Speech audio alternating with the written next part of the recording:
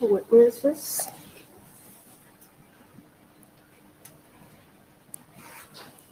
It's here, right? Yeah. I mean, this is. It's not the same screen. It's not the same screen. No. Okay, so is it on this one? No, it's on this screen. Doing that. No. How do we control this? Oh, you need to get me the USB dongle. USB dongle somewhere. It's here. Or maybe it's lost and we'll just next slide thing. This one? No. No. There's a small USB dongle that goes with it. Sometimes it's stuck in. Oh, okay. Thing. But I don't see it, so we'll manage without it. Okay, then how do we start it? We've already started. It doesn't work. What are you trying to do? I'm trying to move the page. So No, that's on my computer. on your computer. Okay. No wonder. Okay, welcome to the I2NSF meeting. The note well is on the screen. So our charter is on that link, mailing list. Do we have minutes taker?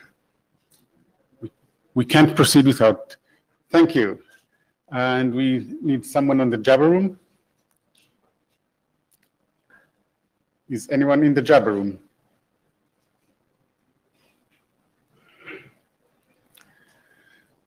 Please, people, we can't proceed without a Jabber scribe.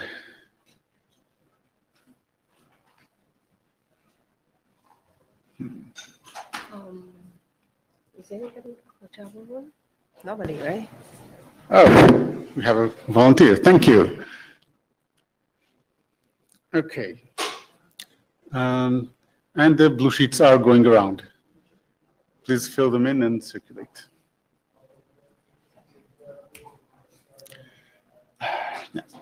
Our agenda is there.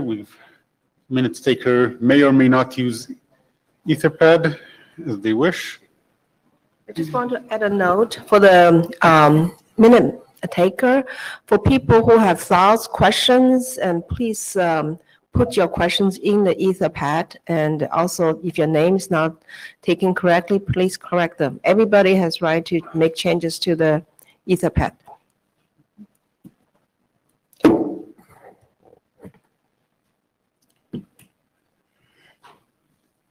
Okay, so this is our agenda. It's rather larger, but we also have 2.5 hours, so we should be able to do it.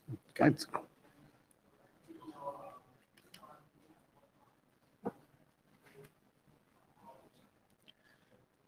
see if that works. It takes a minute. Oh, it works. Okay, so since the last meeting, we've had the framework draft published as RFC 8329. We have a couple of new working group drafts, and we have to make a decision point if the following 4 are ready for working group last call. Okay. And we got a couple of working group adoption candidates.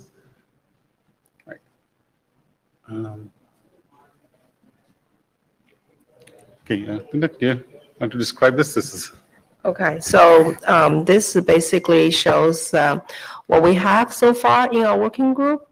And so our working group main deliverables are the data models. And to prepare for data models, we have some information models. And those are the optional. It will be up to the working group decision whether we should publish them or not. So from the top information model, we have the base model, which is capability information model. And from there, we derive the consumer-facing information model. We have NSF-facing, and we have the monitoring. So we have registration interface. And for the data models, we have NSF facing, consumer facing, and we have registration. So one option we could be in the final deliverable could be we merge the information with the data model as like appendix, or we can publish them independently depending on the content and whichever is easier. So so those is basically the summary of what we have and what we want to deliver. Since this working group is over 2 years old, and we need to finish those data models as soon as possible. Okay. Okay. Linda, Frank Xia, I see there's some minor change of this arrangement from our previous condition, especially about the data model. You mentioned here we have a capability data model 03 version as a base model for all the other data model. But is it a division or? No. This is just what we have so far. This is what I see. And if there's some discrepancy from people with thinking, please voice them out. Okay, my personal feeling is that it's very definite that for the NSF facing and for the customer facing, that's a key. That's the two key data model that we need and we have right now. And the last data model, for example, the capability data model and the registration and the monitoring. Maybe I think here we still missed a monitoring data model. Okay. Right. But I think the left data models still need to discuss. There are some overlapping or something not very clear for me. Those data models should be, if it's totally correct or something. Okay. Yeah, it's just my personal feeling. And last point is about the information model. I want to say that I agree this graph, since it elaborates that the capability model or capability draft is the basic model for all the other information model, right? It provides a basic structure and a basic concept for the other interface information model. So so maybe but currently there's some in alignment between those information. So I think that's our next step. We need to make more consistent between these drafts. Okay. That's my opinion. Yeah. Okay, so just summarize what I heard from you. You're saying that first point is the data model there, the NSF facing and the consumer facing, those are two definitely deliverables from the working group. And you feel there's some overlap between those two and the registration and capability. Is that, I'm just trying to Yes. I personally think that those two data models are not so clear or not so good enough for me. Okay, okay. Maybe that's some problem we can discuss and solve it and to make it good. Yeah. Okay.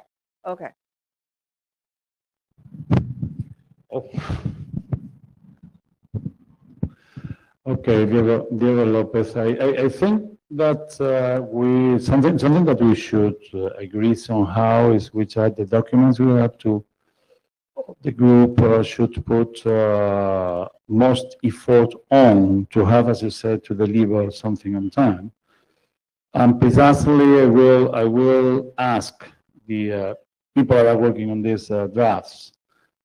We need the capability. The capability model. I tend to talk about the capability model because it's not only an information model. It's it as the core of what we're talking about. We're talking about Right. capabilities of the functions. Right. Whether there's an information or whatever, it's the model of the capability. That implies that we need the capability model plus the capability data model. Both of them need to be. I think that the capability, the base model, as you said, there it's not in a bad shape. Okay.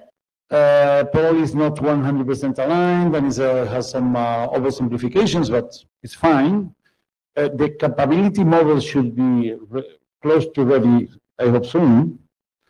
And then what I do is focus on the data models, because we have been spending a lot of time in discussing the other information models, and in my view, as a deliverable, they're much more important than data models. And well, you know that I'm much more in favor of incorporating the information models as some kind of rational or appendix or whatever for the data models, and that the goal should be the data models. I would encourage people that are working on that to precisely to work on the data models in refining them and having them ready as soon as we can. Okay, thank you. So this is a Paul Zhang from SKKU. So according to RFC 3.4, right, information model is for a guideline to describe the model, the object. So I think the current information model, especially the capability, is a good stage. So my group are working for information model based on current I2NSF capability, our working document. So we try to follow ECA, the paradigm. We try to address the philosophy.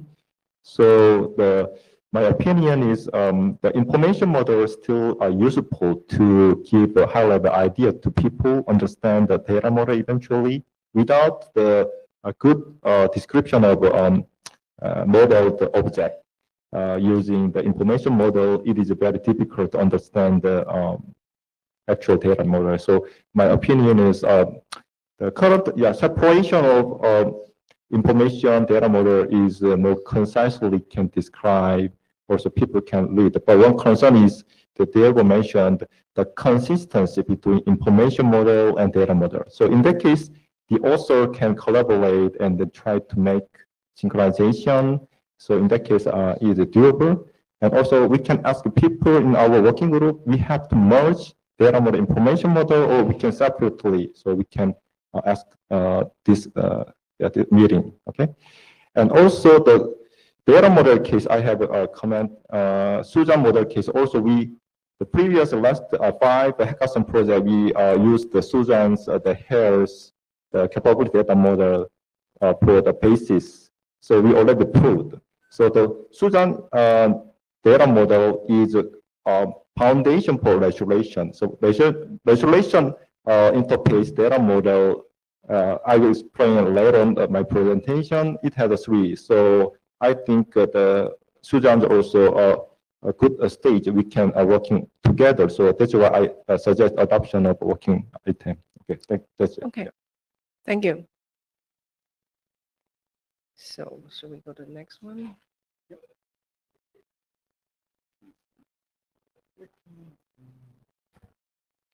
So make sure that work on the wiki, and I think that's a little updated, and maybe we need to update after this meeting. Well, and it's a wiki, so anyone can update it. And I think that's the end of this slide deck. Right. So what's first on the agenda? It's the hackathon. Oh, hackathon, right. Sorry. Good morning. This is Paul from SKKU Sungkyunkwan University, Korea. So this hackathon is the 5th hackathon for our I2NSF framework project. So this time we explained 2 features. The first one is dynamic configuration, given high-level security service, how to map into the actual NSF. The second one is consumer-facing interface. We used less.com. We made more completely. Okay. So this work is implemented by my university 7 graduate students. So also we involved in 2 outside people from E3 and Korea Telecom. So the research lab and actual operator. So I mentioned the dynamic configuration, consumer page interface. We reflect the latest our data young model. So the first one is the consumer facing. So recently we adopt, right? So we reflect this data model into this hackathon. The second one is also NSF facing case. We are providing dynamic configuration from security service into actual NSF. So next time we try to make a security controller fully translate high-level security into low-level security using automaton such as context-free grammar. So my student and I actually working on it. Hopefully, next Montreal meeting we try to show security controller translate high-level policy into low-level policy. So this is open source. This is the scenario is similar previous our hackathon, the group-based web access blocking, GitHub and YouTube are providing open source and the manual and the video clip to show the step how to demonstrate. So we proved our hackathon using existing the open source. I2NSF framework and interfaces are very useful, providing data-driven security management and enforcement. Okay, that's it. Thank you. Thank you. Thank you very much for doing the hackathon, and it's very useful to prove that the data model we developed are actually implementable. Thank you. Yeah,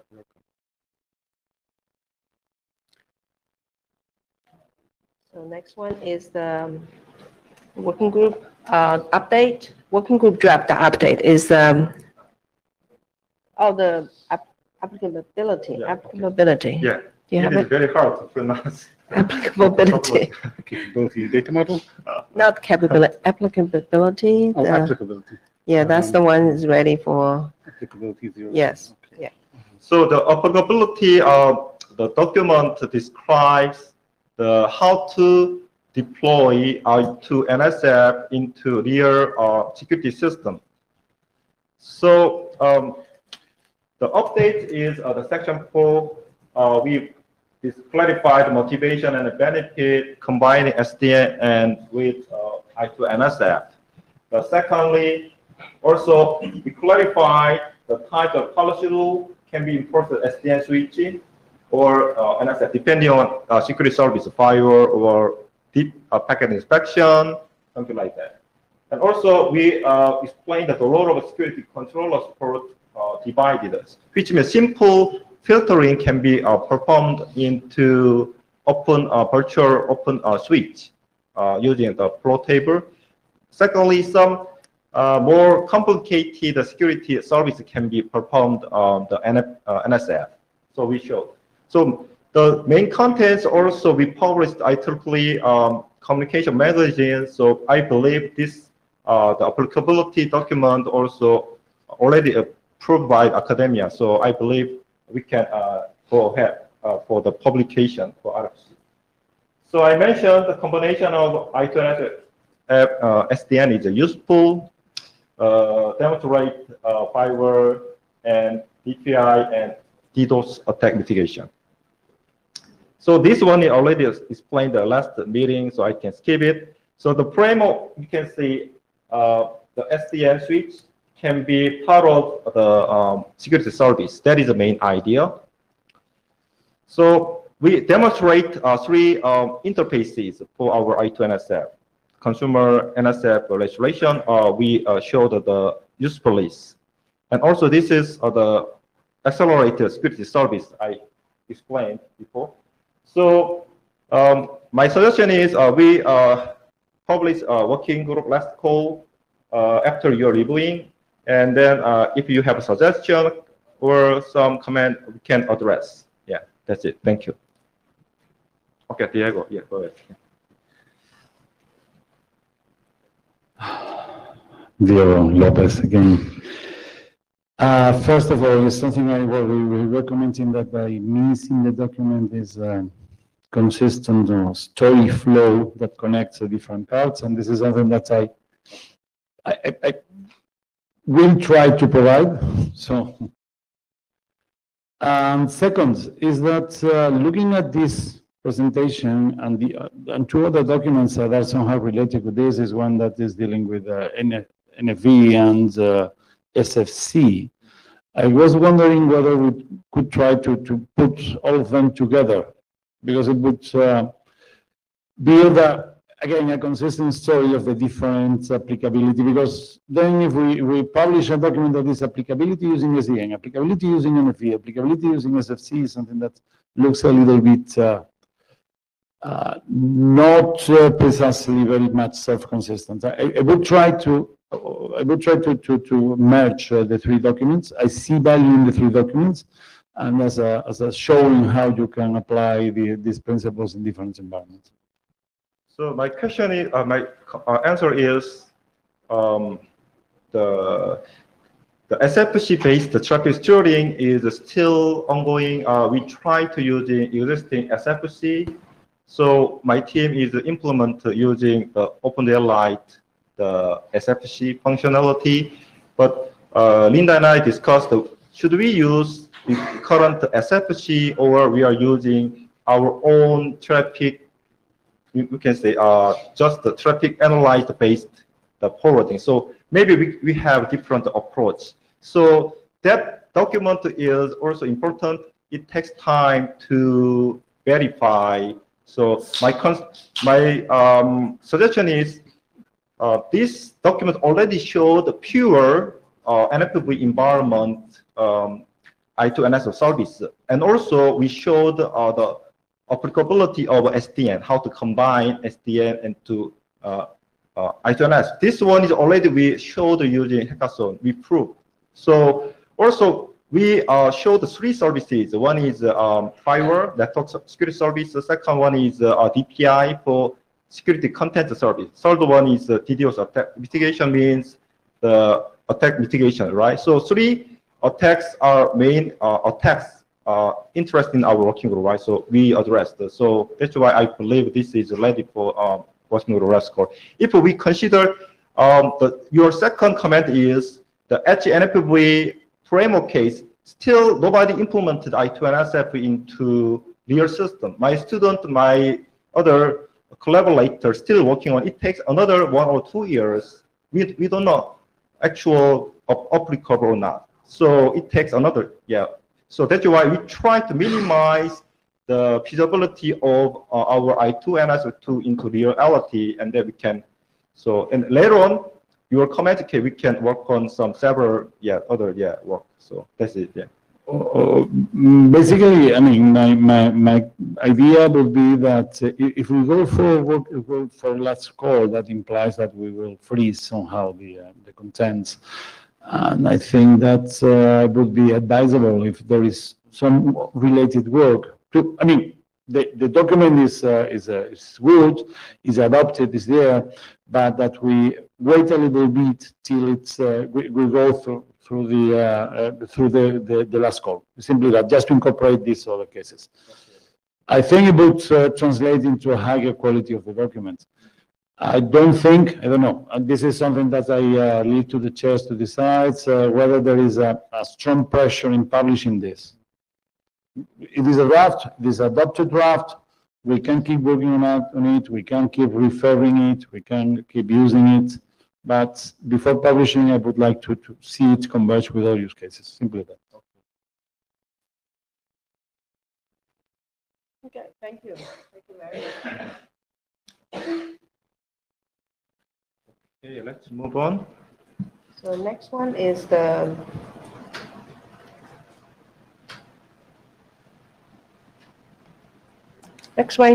Frank's capability update. Capability 00 or capability data model? Information. That's correct. Yes.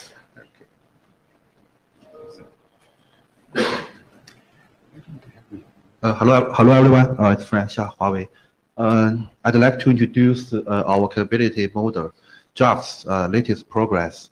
Right now, we haven't finished this update, this version update, but in this slide, I will give you a clear description of what is in the very near future, in what is the content, what is the new modification in our updated version. So that's today's slides go. Okay. For some people who may be not very familiar with our I2NSF work in general, or how we what is our basic principle to define the capability model. So we will give an introduction, a very brief introduction of our basic idea, and then I will bring you the key update of the next version. We want to incorporate the decorated model into the capability model to make it more flexible and more efficient when the policy is in the runtime. We want to use it, so that's we can see how to use it, and then another planning update we introduce. Okay, and this capability model, its general goal is to define the concept of the NSF capability and its semantics. So you can say that it's an information model, because based on the model, we know what is the capability and how to use them and what is semantic of them. Okay, and then based on the capability model, we define the concept of the NSF policy rule and also its semantic with the form of information model. So this policy model is our, this is a goal of this working group. By using the policy model, we can combine, we can control, we can manage all the security capabilities and to provide the required functions for our customer. So that's a goal. And okay, I have said this, and so the most important goal is to achieve the multi-vendor interoperability, right? Okay, then so the basic content of our capability model is a structure of ECA. We call it the ECA because it consists of 3 courses. Everyone is event, condition, and action. So the event means that the significant occurrences that the NSF is able to react to. And the condition is how the NSF decides which action to apply. Action is any kind of operation that we can execute on the traffic. And so the policy rule is a container that aggregates all these events, conditions, and actions to be a whole body to provide the NSF function to service. Okay, so and in addition to this basic structure element, we also provide some extension to the policy security policy rule, which include one is the resolution strategy. With the resolution strategy is mainly to provide the template for the policy rule and to solve the conflicts in the policy rule. And the metadata is mainly used by the resolution strategy to make the decision. Okay. And also there are default action in the policy rule, which is also used for some specific condition. Okay, that's all. And okay, this is a new diagram to express our current design of the security policy rule, but with the decorated model pattern design in it.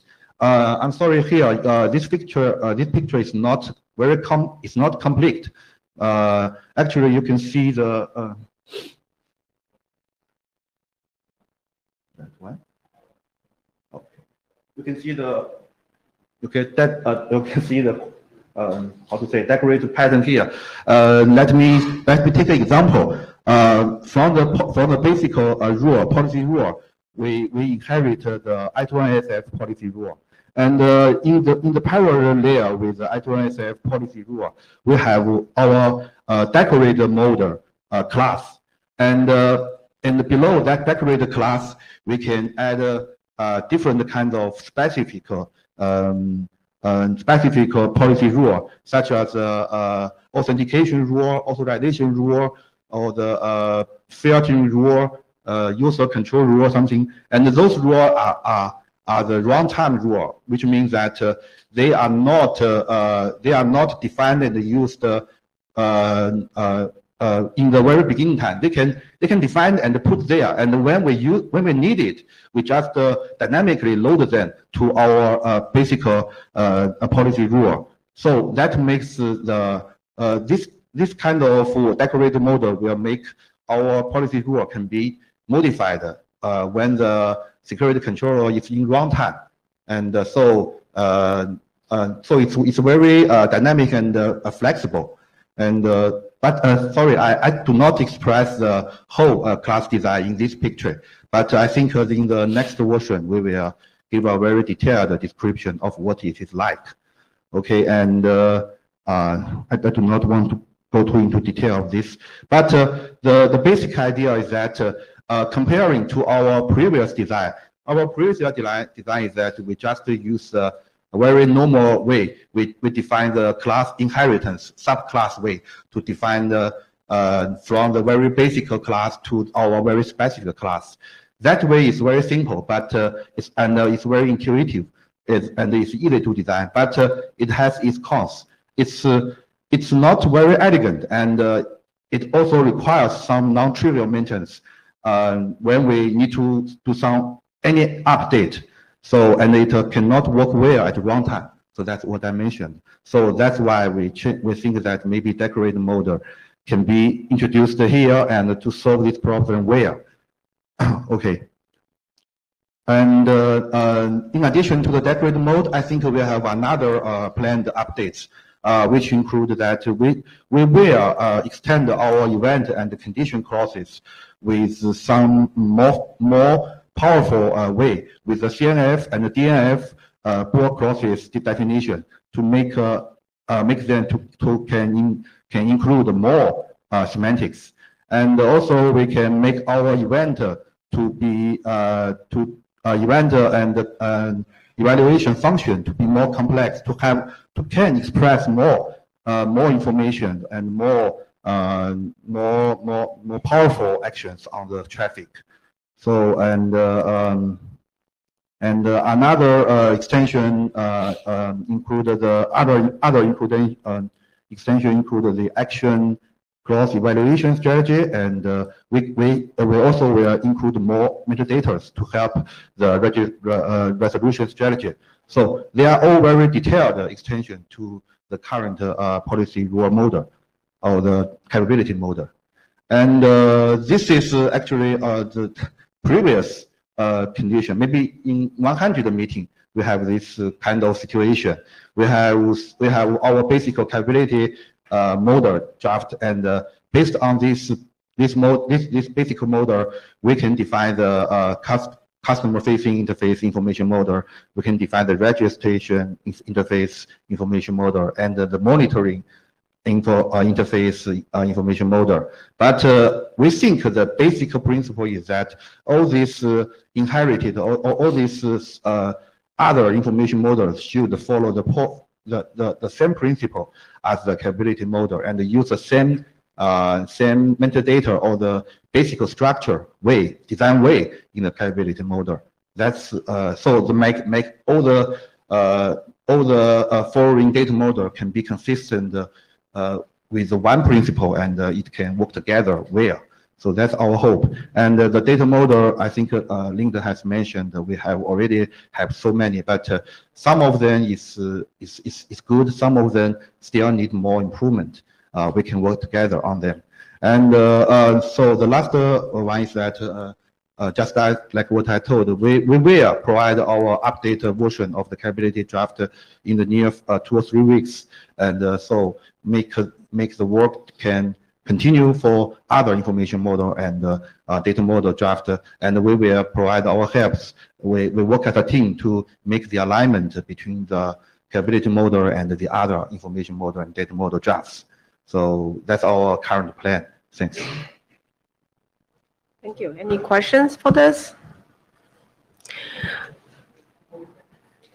Okay, so for the capability model, since this is the base model, so hope that you guys can get it delivered soon so that yeah. other model can be updated accordingly.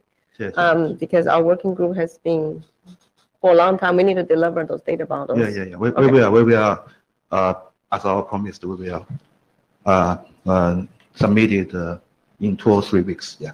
So this is a poll from SKQ.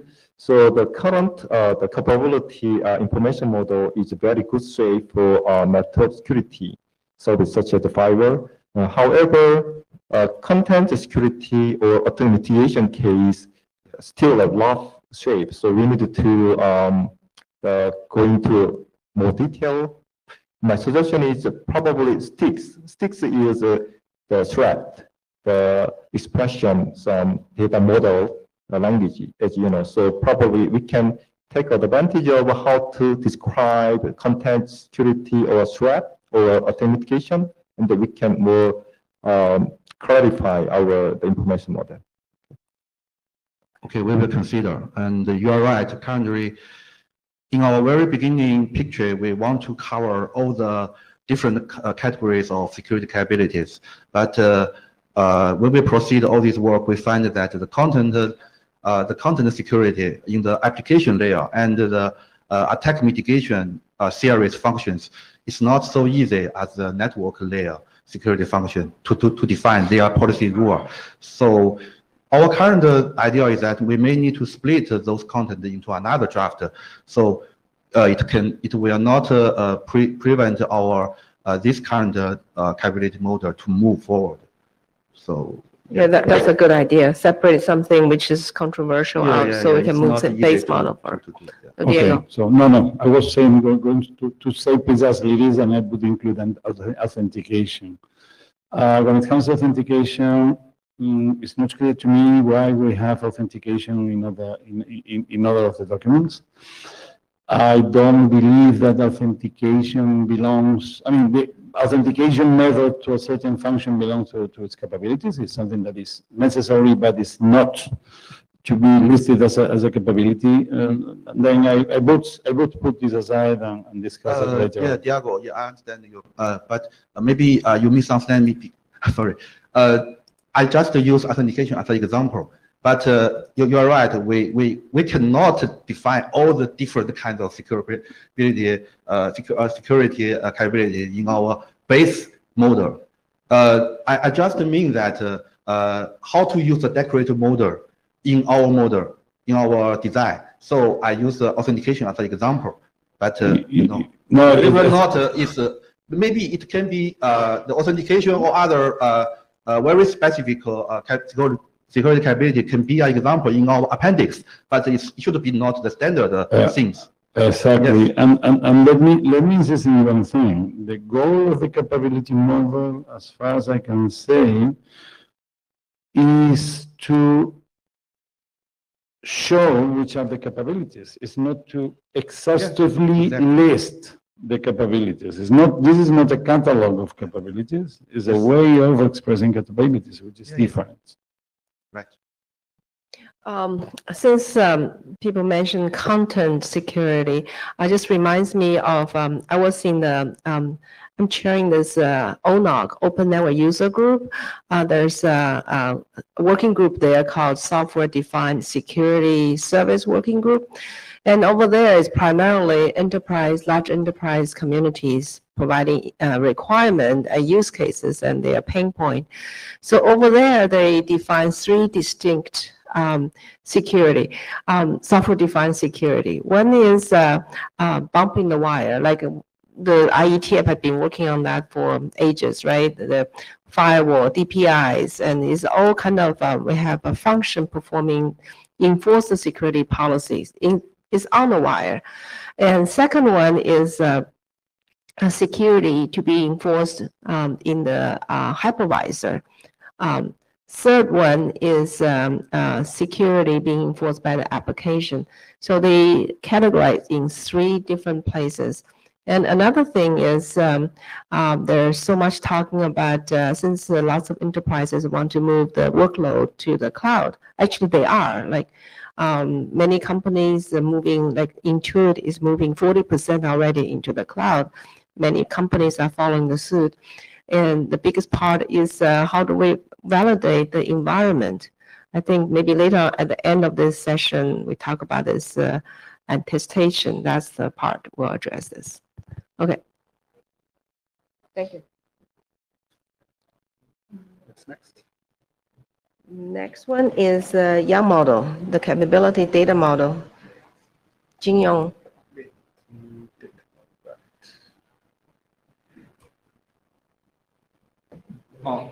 Hi everyone, I am Tim from SKKU. This presentation is about I2NSF capability young data model. This draft is updated version from draft has I2NSF capability data model 05. This draft defines young data model corresponding to the information model for NSPACE interface and registration interface. This is the list of changes. We added not only an absolute time zone, but also a periodic time zone to the network security capability. We added port number to a condition cloud, such as TCP and UDP cloud. This is the next step. We will change the current young data model to the young data model of object-oriented style. We will verify the object-oriented young data model by implementing a prototype in the next hackathon.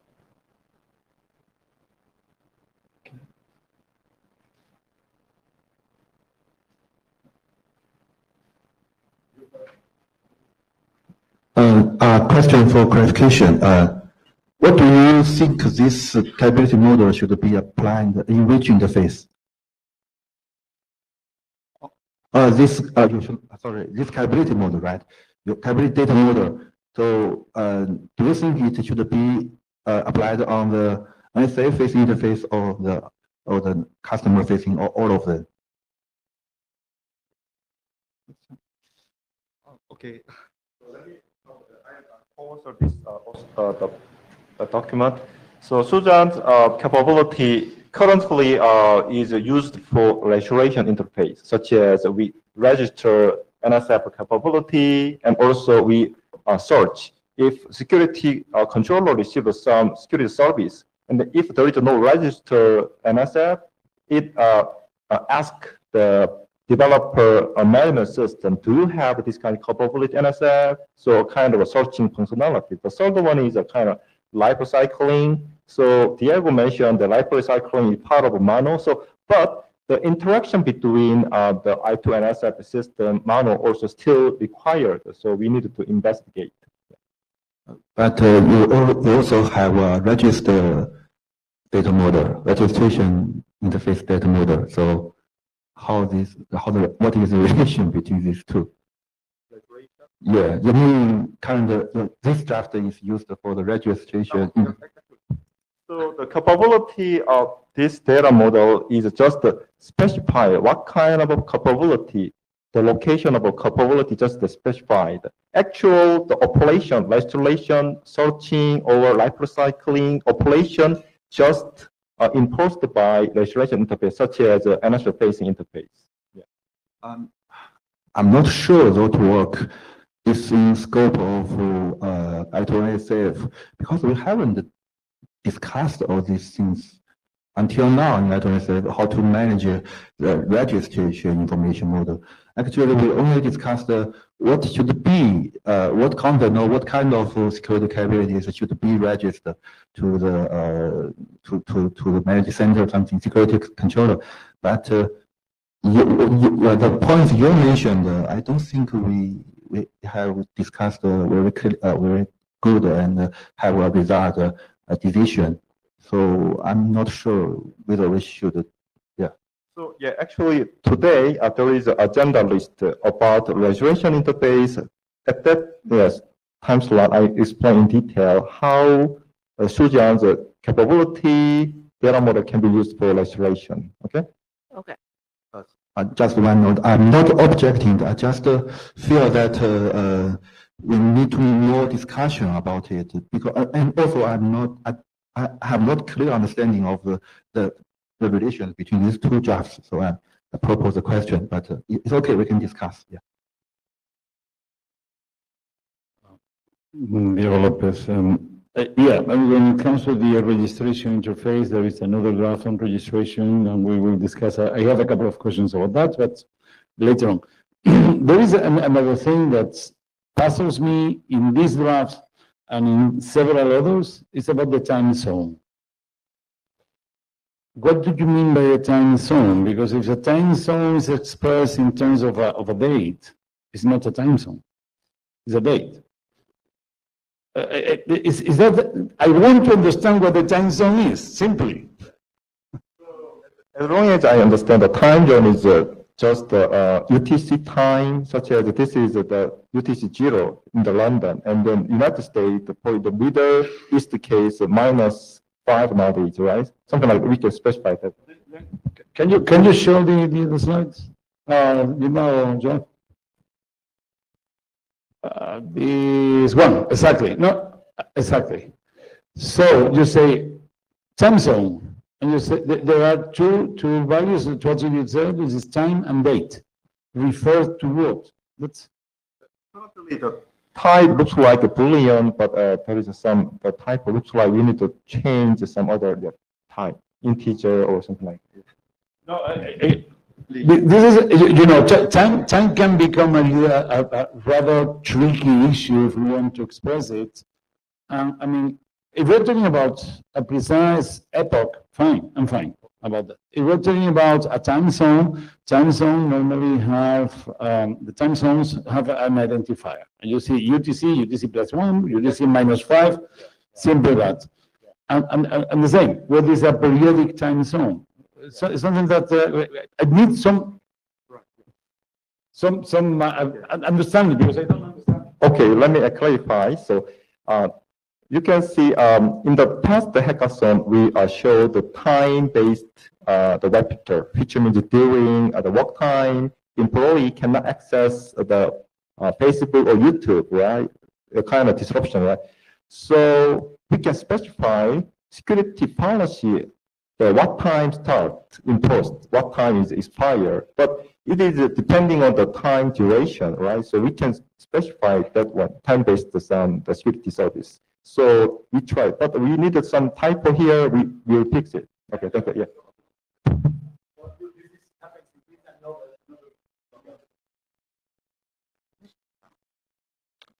Yeah. Michael from Huawei. So I'm not very familiar with this group, but just quickly review the document. I have some curiosity because I basically had two questions. First is, what kind of capability need to be configuration? The second is, if some capability need to be configuration, but I review this document, and here is some ability related to the system or device itself. So I believe this kind of parameters need defined like read-only, not configured and writable. So let me clarify your question. So currently our capability model is for the compilation, just the read only, but in the next revision, we also providing the edit, delete, something like that. We try to provide more operation.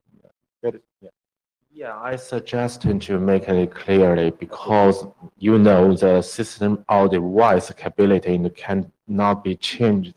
It just need to, if you want to read it, so it must be defined read only, not configure and writable. Yeah, exactly. So, but sometimes the description of capability may be something wrong. In that case, we need to modify just the override, or we modify some parts. So it depending on the operation, the local policy. So maybe you guys actually the implementer, right? So which approach is better, and then we can select which one is good. We can select. Okay.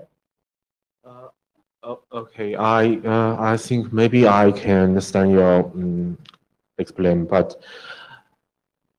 maybe you should consider this terminology. You set a capability or limited some capability, so it can make more clearly. I just quick review your this center trees, but this tree schema tree, sorry, not review your coding. So I believe if you don't want to change your modify terminology, maybe you should careful and define more detail in your description. Okay, thank you. Okay, so we are reflect the detailed description. Thank you. Yeah. Thank you. So the next one is the NSF facing data model. Are you Yes. done? Yes. Okay, so There. No, that's the. Yeah, that's Hi. This presentation is about network security functions facing interface young data model. This draft is adopted as a new working group document this time. This document defines a young data model corresponding to the information model for NSF facing interface. This young data model was verified through prototype implemented at IETF 101 hackathon. We received the comments from John and Dongyu and received this young data model according to comment of John and Dongyu. This version, this young data model name is changed from IETF I2NSF page interface to IETF I2NSF policy rule for NSF. We added not only an absolute time zone, but also a period time zone to ECA policy rules. We added a port number to TCP and UDP condition clause. Additionally, we changed our choice case structure into a container structure of our condition clause for multiple configuration. Likewise, action clause, we changed the choice case structure into a container structure for multiple configuration. Finally, we have modified the event condition and action clause to be aggregated into a policy. This is the next step. We will change the current young data model to the young data model of object-oriented style. We will verify the object-oriented young data model by implementing a prototype in the next hackathon. So let me clarify last couple of months what happened. So the John Strasser, he gave a very constructive comments on this the draft. So we addressed most of his the comments except the object-oriented style and also the synchronization between the capability information model and this data model case. So we are willing to address his the comment, try to object-oriented style next the revision. Yeah. I just have a question. Is there any example showing what is object-oriented data model? So I think as long as probably Hank, he's also expert. So the object-oriented case, we use this, right? So we try to use some identity, so point out a kind of the pointer. So some existing structure point out using some the kinds of identity, try to reduce the repetition of the computation data. So we probably try to do not actual Java style object-oriented, but we follow the concept of object-oriented style. Yeah, but actually, unfortunately, there is no just actual. So we need to make, yeah. Okay, thank you.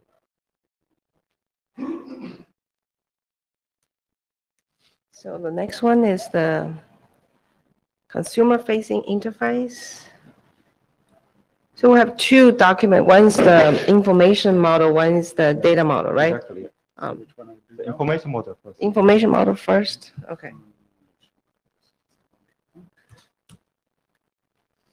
Okay, this is Paul. So information model update case actually the minor update. So the previous the version there is some description match direction. Description was something long, so I fixed. So the previous description is just a match rather than match direction. So the direction means the security policy should be applied bidirectional or one direction, another direction, something like that. So we fixed this. This is a major actual change. So also, I want probably Diego and Frank and I discussed this information model is too simple. So but our data model case based on previous hackathon implement firewall and the web-based filter, we have more clear the data structure. We try next revision we try to address that more detailed some specification. And also Diego asked a question, multi-tenancy and also end group, what is the difference? So we need to clarify this one. Maybe we can merge or we can separate. So multi-tenant case, one policy domain can have multiple talents, such as some department, HR or law or some financial, something like that. We deploy policy depending on the tenancy. So, but end group current information model case, the device group or employee group, something like that. So maybe we need to discuss this one. Next step, we try to refine this draft, align or synchronize current capability information model, and also we extend the information model, accommodate security policies and threat expression using some open source such as STIX, structured security threat information expression. So we specify more detail. So and then we would like call for the working group adoption, and then we can make a progress. That's it. And let's move on data more, and then we can discuss the together. It will be more efficient. Or okay, Frank, go ahead. Yeah. Just a question. You mentioned sync and align with the capability model. Do you have a basic idea how to do this work? Okay, currently at least the security policy rule, we data model case we followed the information model ECA model, but current the information model still the early stage. We try to clarify reflect the ECA. Agree. That's one important point, and that's very important. But maybe there are still further work need to do because the capability model and the customer-facing information model are designed and proposed individually, parallelly. But anyway, at last, it should be consistent with each other. So I think I don't have a clear thought how to resolve the inconsistency between them. So we should consider and work together harder.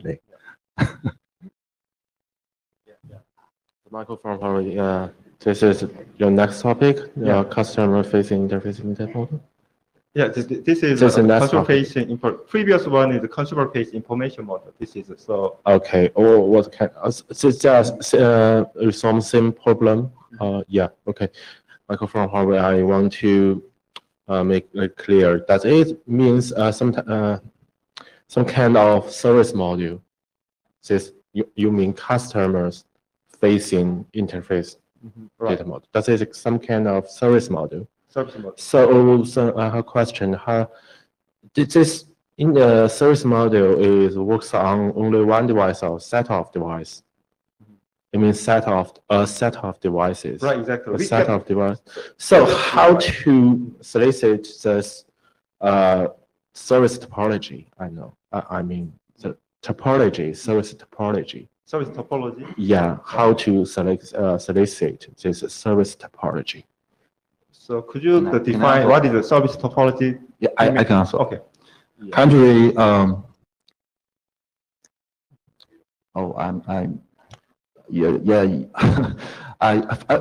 previously I want to say that currently, this customer-facing interfaces, you're right, because this is different from the NSF-facing interfaces. This interfaces is a prohibition for the end-to-end security policy. So it should get some information from the network, what the topology is, and based on this information, we can configure our end-to-end security service. But it's out of our work. We just based on the premise that we have this kind of thing, and So that is a good question. So actually, the one example, the during work time, employee cannot access Facebook, something like that. So that is a high-level policy, right? So security controller translate who are employee, what time the prevention time, what is the web, such as Facebook, YouTube. We figure out using the portal number, IP address, something like that. So from the database, other information. So security controller has the intelligence interpret that high-level policy into low-level policy. Yeah. Right. I agree with you, but I still want to suggest you to think about how to map in your service module to the network resource, like some topology information. So I suggest maybe you can discuss with Alex, topology modules author. Yeah. Okay. So yeah, current our hackathon project case, we know if employee case, we have some intra-domain network. So we have a database who are the employee devices with the IP address. So the switches can filter out with that IP address information. So the topology case, our I2NSF security controller and SDN switch controller has interacted. So SDN switch controller has topology information. Yeah.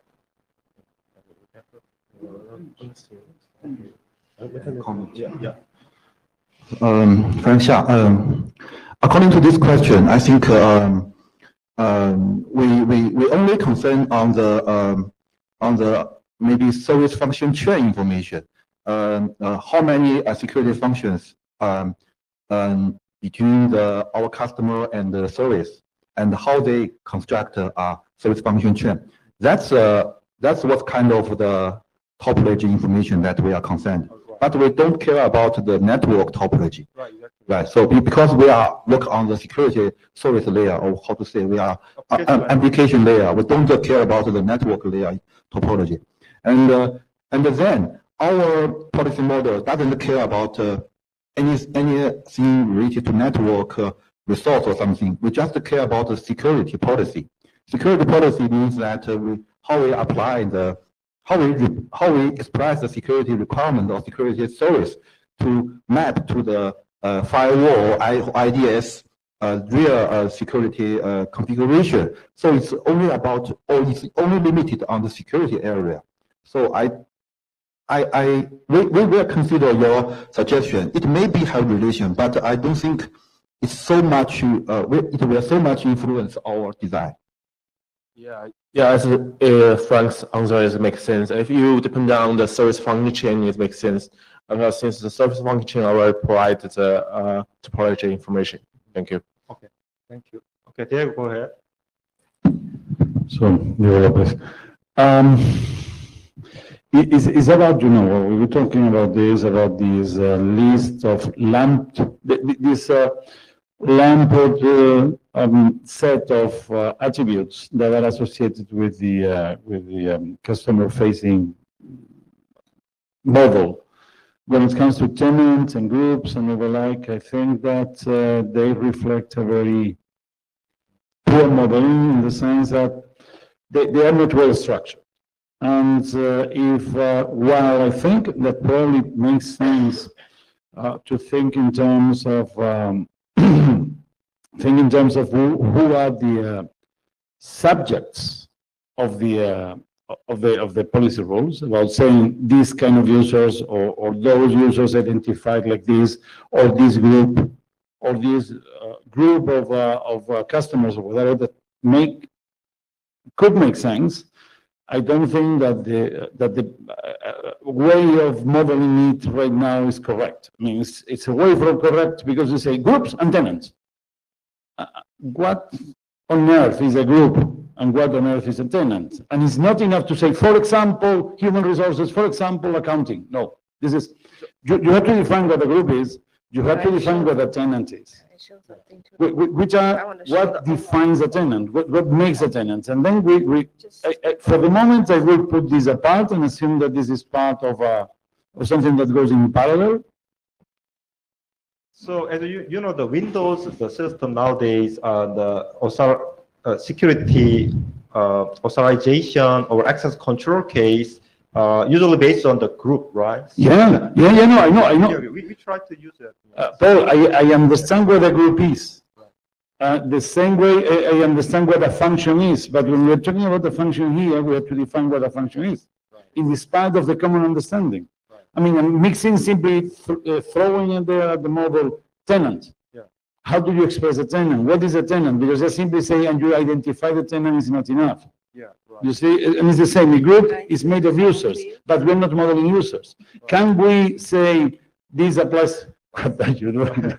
I'm sorry. I want to show you a proof of concept being done by the ONOC software-defined security. Just give you a reference of in the industry how they do the client-facing policies. But again, Linda, I'm not saying that I'm against including this. I'm saying that it's as it's currently appearing in the document, it's not clear. Okay. So I would like to show you this in the ONOC last year in the fall. We organized this software-defined security proof of concept. So we have several enterprise communities showing what they would like to have, and we have vendors showing how they implement that. So I find this kind of give you an example of what the client-facing interface look like. Sorry, this. Maybe you can go on to the data model first, and then let me get this set up. Please. Yeah. Okay, that's a good comment. There you go. Okay, consumer-facing, the interface data model is a more clear structure because of the hackathon, the project Fiverr, web time-based web filtering. We implemented web-based access control. So we addressed the comment. So young data model modified policy domain object can have multiple tenants. So this is from, I believe, the John Stroessner, gave this comment. And also over the organization of the young data model and data type clarified. And also the data model tree, the young fully addressed the ECA, the paradigm. So this is the structure of policy data model have, you can see. So especially policy rule is more clearly defined. The other domain cases still we needed to clarify what kind of multi-tenancy and end group threat fit the telemetry. So maybe Linda providing that information, we can improve consumer-based information model, and also we can improve data model together. So the major change is we accommodate the multi-tenancy in the policy rule. As you can see, one policy domain, the policy talent can abstract means multiple instance. So we can accommodate the multiple talent. Also, we can providing policy management authentication method. Minor change is we double check the data type, and we can improve, right? So end group, for example, we can double check all the field have the correct the type or not. So we reflect. The next step, we will discuss the information data model, the authors. So the issue is we needed to combine the information model and data model for consumer facing into one document or two documents. So I want to listen to your the voice, and also we also add more attack. Currently, DDoS attack mitigation is currently not included. That's why I asked the Frank to consider our capability model. So we need to collaborate this thing. And also the sticks I mentioned, the structure, the thread information expression has a powerful tool express the thread. Maybe the I2NSF user specify more detailed high-level policy using that kind of structure. So that's why my current group investigating sticks is useful for improve our consumer face interface. That's it. Thank you. Yeah. But I assume, sorry, thanks. I assume you, if you consider sticks, you will not, you just reference sticks, Right, yeah. but you don't want to specify the sticks extension in here. Exactly. Refer to their data model. Yeah, Because sticks is very complex. I'm not sure how much we can use here, or you know, if so much things, it will take a long time to do this. Exactly. So Yeah. we just take a core some part, and Diego mentioned the current our information model is too long. So we try to go details. That's why we try to study the sticks whether it can be improve our information model or not. Yeah. Okay. Okay. So Do you get the slides? Sorry, this presentation is okay. Okay, go to the. Okay, so this is the ONOC Software-Defined Security Service Working Group last fall's proof of concept, and we put together a proof of concept guidelines, and then inviting vendors to participate, and so. So I just want to show you some key part. So this is the topology of the security services. So from ONOC perspective, it's really the northbound, like our consumer facing, like what kind of policies they would like user to impose. And in ONOC, because enterprises want to move the workload to the cloud. So in this POC, what they have decided to do is we have public clouds A and B. We allow enterprises to put some workload in two different clouds. And then they also have some workload on premises. And so this is the environment setup. And so here is the security policies. You can see that from user perspective, in this POC proof of concept is pretty straightforward. So the policy is basically saying that the workload in cloud A, for example, allows certain kind of access. The workload in cloud B allows certain kind of access. And then the workload in the on-premise data center, who they allow, what time they allow. Like if they change that into I2NSF frame format policies, like the condition will be what time or environment, who has access, and then the action or the matching condition and the action condition. And then they have a default, all others are blocked. So this just give a simple example, like when we do the consumer-facing interface, can we support some simple policies like this? I know that we try to make it more comprehensive, more complicated policies. Okay, thank you.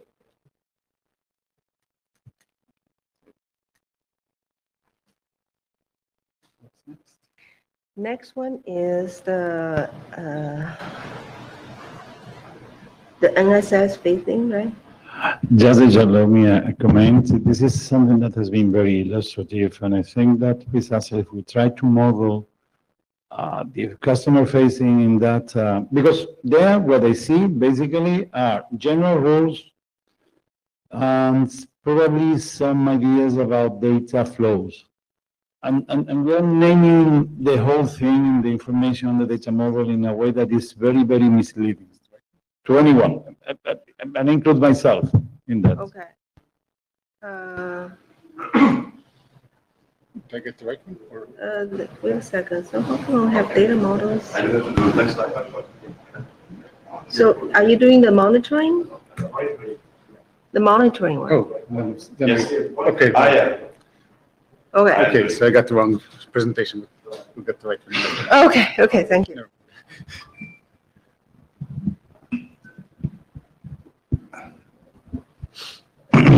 Hi, I'm Hank. And I will present the latest update to the data model for monitoring in the domain of I2NSF, which is, of course, also a Yang module as we have it had it before. So we made a few consecutive updates to the drafts in order to discuss it internally and externally a bit better. So the current one, I think, is 03 at the moment. So that's not on this slide, but 03 is the current one. And basically what we did there is distinguishing things that we want to have as telemetry being reported out from a system so that we do not have to monitor by polling it all the time, but it gives us the information that we want by subscribing to specific subsets of the data of the Yang module. We are doing this because Yang push and subscribe notifications are now a thing, thanks to Eric and NetConf and others, of course, but just see Eric here. And so there is the possibility to subscribe to a data store. In our case, we created a lot of statically defined notifications. This is up to discussion and up to understand what we are doing here right now. So basically, the module shrank to a lot of small things, and these are the events, alarms, and logs. And not, sorry, the module shrank to a lot of, to a tiny bit of things. It's only the counters, because those we do not want to report out. For example, an on-chain subscription to a continuously changing counter would be basically a waste of bandwidth and time. So you could do a periodic update or just retain the old model of polling counters, because everybody does that. That is very usual. And so counters are still a standard Yang module representation at the moment. Everything else here on this message type list, which is event, alert, alarm, log, etc., is now a specific notification, as you can see here with the new information, monitoring information, which is in the data model, not to forget this. And this is high granularity. So for every system, type of system event, we have a single notification in the draft at the moment. For every type of NSF event, like a flood detection or like some other unauthorized access, we have a specific hard-coded notification at the moment. That might be too fine granular.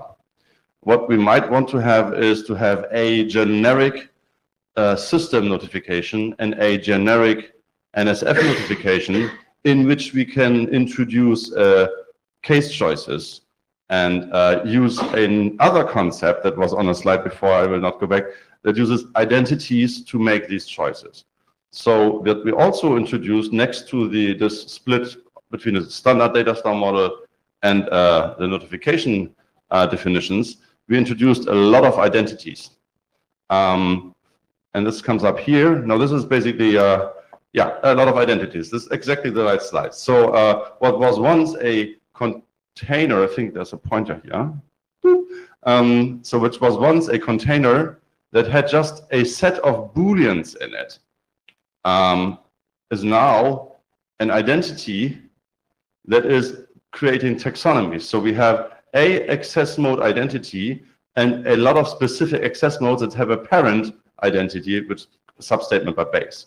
So now we can have taxonomies of things in our models, for example, in this kind, access modes, and which I think is especially appealing, we can have taxonomies of attack methods.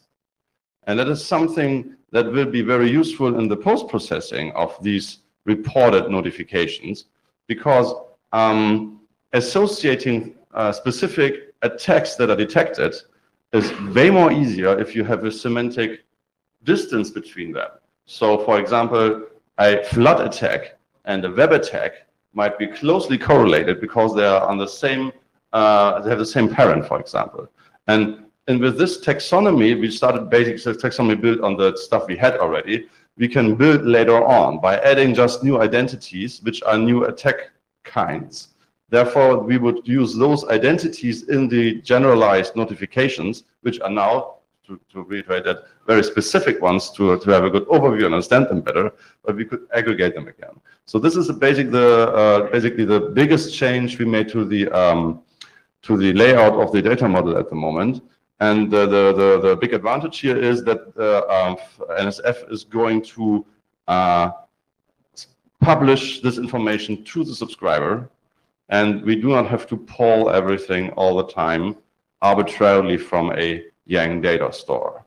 So we have a report telemetry channel, a stream, so to speak. The actual term is stream. We're reusing this identity a lot. We are also using something that I don't know is always validating. We have at some point, for example, two parents. So TCP in our model can be have a parent on a layer 3. So this layer 4 protocol has a parent in 2 layer 3 protocols that are basically IPv4 and IPv6. That does not validate with every tool. And it is not really clear to me how established and implemented having multiple parents in identity actually is. As a Yang 1.1 most certainly allows for it. Implementation-wise, you might have to diverge from that because it might not be effectively usable in practice right now. I'm not sure. Maybe this will change why we write this, but that's not a biggie. But that was one thing that was not basically validated before, but we are using that kind of structure at the moment, so we can have also taxonomies of protocol types, in this case spanning layers. So what we will do is we want to go forward and have more and better understanding how to build these taxonomies of identities here.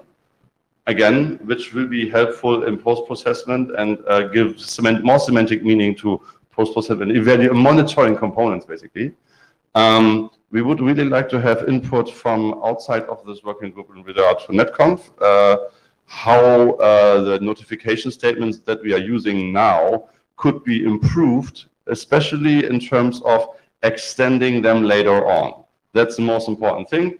I think that today we have a set of informations we want to report, but tomorrow it might be more advanced or even a different type of the same attack type. The context and the connotation changes, I mean. So we have to plan for extensibility and changes in the model.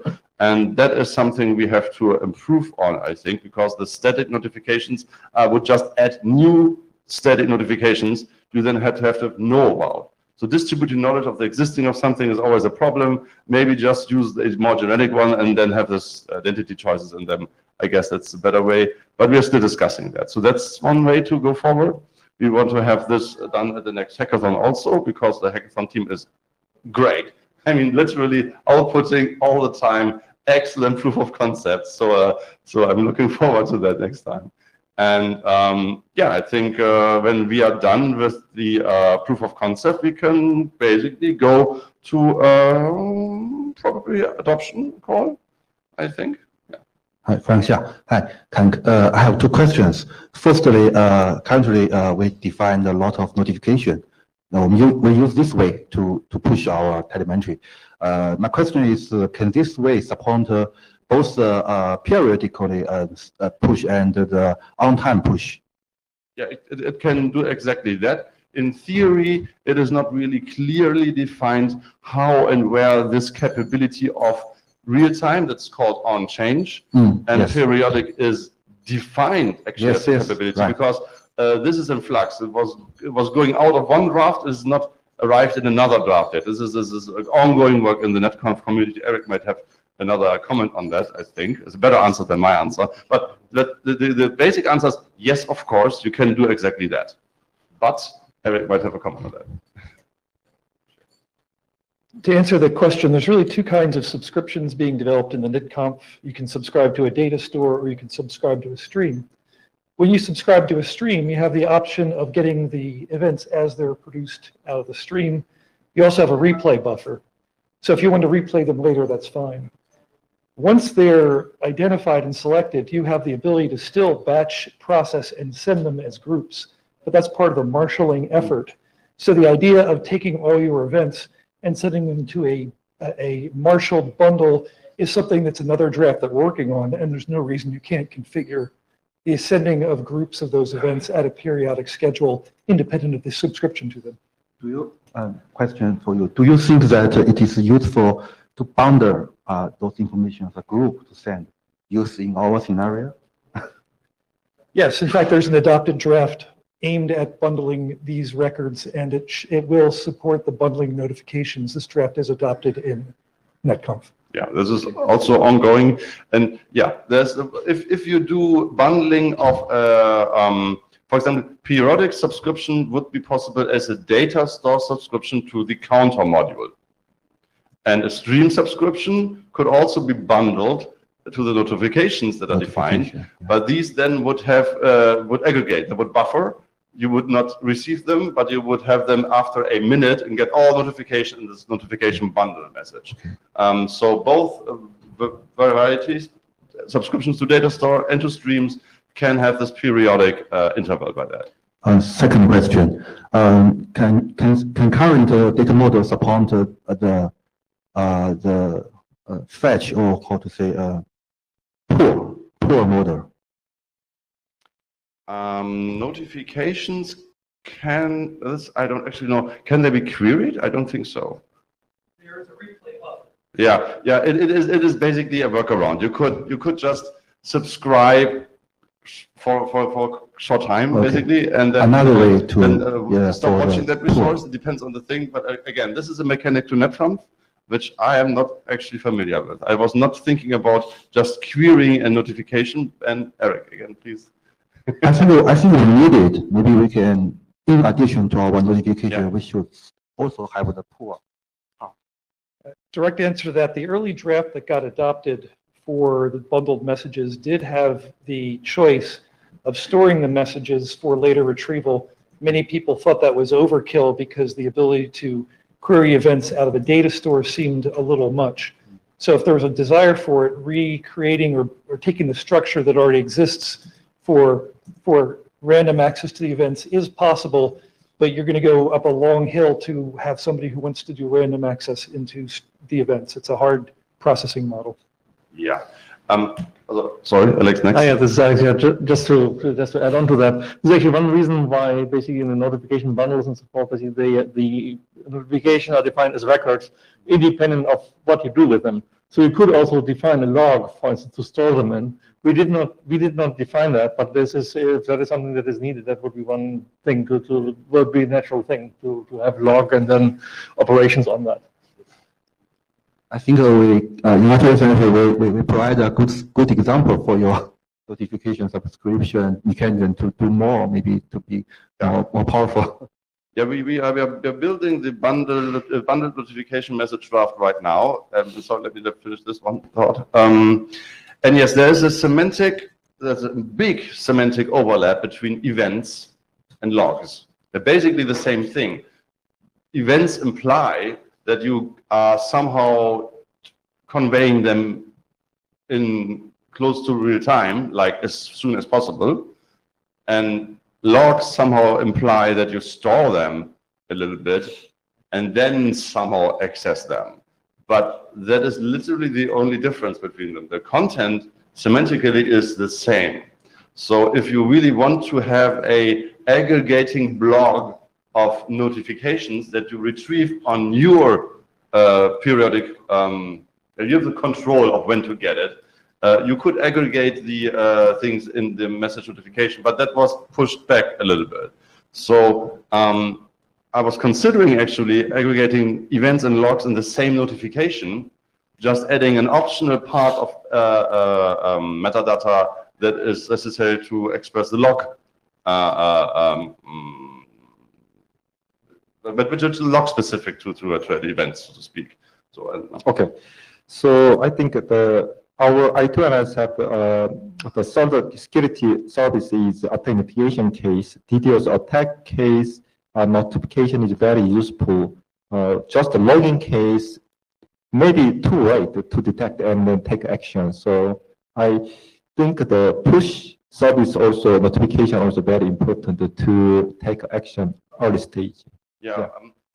If there is a use case that you really want to have the notifications that are actually interesting to monitoring stored and not pushed to you, we can still build that in again. But I'm under the impression that if it is not relevant, if it's just generated by the agent or somehow parsed from a log file, you want them as soon as possible, I think. And even if you cannot process it, there are dampening periods if you're overloading your resources. It's an intrinsic part of the yank, push, and subscribe notification drafts. And also with the on-change subscription, it is all about visibility. You can make it in a way, you can subscribe in a way that you lose no detail. And you can subscribe in a way that you only get the newest thing that, according to your resources, is visible to you. It is up to you how to dampen and how to subscribe to the on-change subscription method. And so you have already a little bit of control there. And but if there is still actually really the use case that you want to query an aggregating block of notifications or log file lines, whatever, we can build that in again. But I actually don't see that use case. But Frank might have a use case for that. And if it is there, we can build something accordingly. Okay, thank you. Okay. So the next one is the registration information model and the data model. Registration. Yes.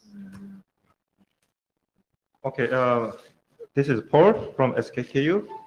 So the registration information interface information model and data model, we addressed some the lifecycling, but this is for some interaction with the NFV manual. So registration interface had three functionalities. The first one is the register NSF into security controller. Second one is some consumer interface delivering some security service request. So what kind of capability exists? If there is no such kind of capability, NSF security controller can query to the vendors or developer management system. Third one is interaction with NFV manual to request the life cycling service. So the first one is restoration. You can see develop management system, register NSF capability. So which means currently the Shujan's capability data model is used to register capability of NSF. And then security controller store into each local repository NSF and its capabilities. The second one is query and interaction. The query case, you can see the I2NSF user deliver some high-level policy into a security controller. If there is no such kind of the capability require the capability exists or not. If there is no such kind of capabilities, it contact developer management system to ask such kind of capability NSF. If we can say acronym DMS, Developer Management System, finds on NSF with required capability, it returns that information using registration interface, and then it can store, map, and then can take care of that request user high-level security policy. Secondly, the lifecycling case. So if currently we are using the monitoring interface Hank mentioned, so you can see the NSF is overloaded, something like that, or there is something wrong because of some DDoS attack, something like that.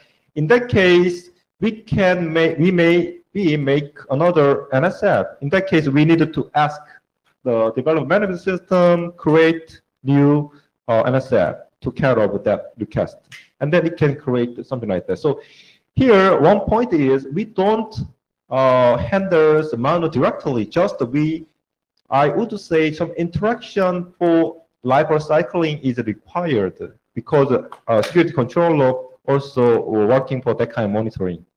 So next step is we needed to identify what kind of functionality. I think the first one, restoration of NSF capability and the quality, I think most of the group can agree. But third one, maybe at least Diego had some concern about that one. So we needed to decide that kind of lifecycling interface we can consider restoration interface or not. That's it. Thank you. Any questions on this?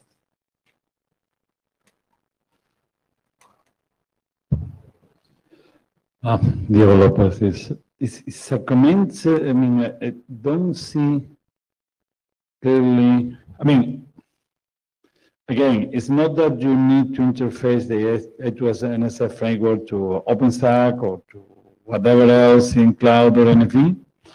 Is whether this belongs to the registration interface. Is my concern. My understanding is that the registration interface is for the developing environment to register a new security function. So somehow building a sort of a DevOps loop where you can say, here you have adopted this.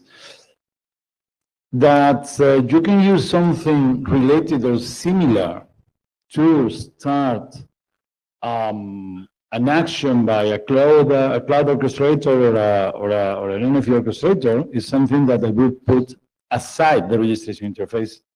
Among other things, because the kind of objects you would have to use and not the capabilities. I mean, I doubt very much that you're going to, when you tell a manual system, say, here you have the capabilities. The manual system would not know what to do. I think this is more a matter for the security controller. I mean, not through the registration interface. We can analyze another interface, or we can, that will be more connected to what currently manual systems or cloud systems do. That would be my recommendation. So, I mean, there's a value in this work, and I think it would be useful, but not connected to the registration interface itself. Okay, thank you. Yeah. Hi, good morning, Pedro. Carlos Tercero. Just a small request for clarification, very much in line with what Diego was saying. The sooner you know whether you want to do it in an OpenStack or cloud environment or in a manual environment, the better for all, because then we can concentrate and see what we want to do. I think throwing both concepts to the air is a bit creating a bit too much of fog in the situation. I think that there's a lot of value in this proposition, but this value is being actually, quote unquote, killed by not knowing where to put this thing. So I would say we just focus on the, you can see, two functions, register and the query. And the third one is maybe we just discussion section in this draft. So maybe some life cycling, maybe DMS. We think this is a kind of VNF manager, right? So in that case, it somehow security controller can talk to VNF manager to request something. So currently, our I2NSF doesn't consider interaction with that kind of Romano system, right? So currently my team consider, registration type maybe can be used because it can already used to register or query. So that is one option. Otherwise, we need to make another some interface, right? Interaction with security controller and the manual system, right? So I think that maybe third one we can say discussion section. This registration interface may be used for interaction for life recycling for manual. Yeah, that's my opinion. Yeah.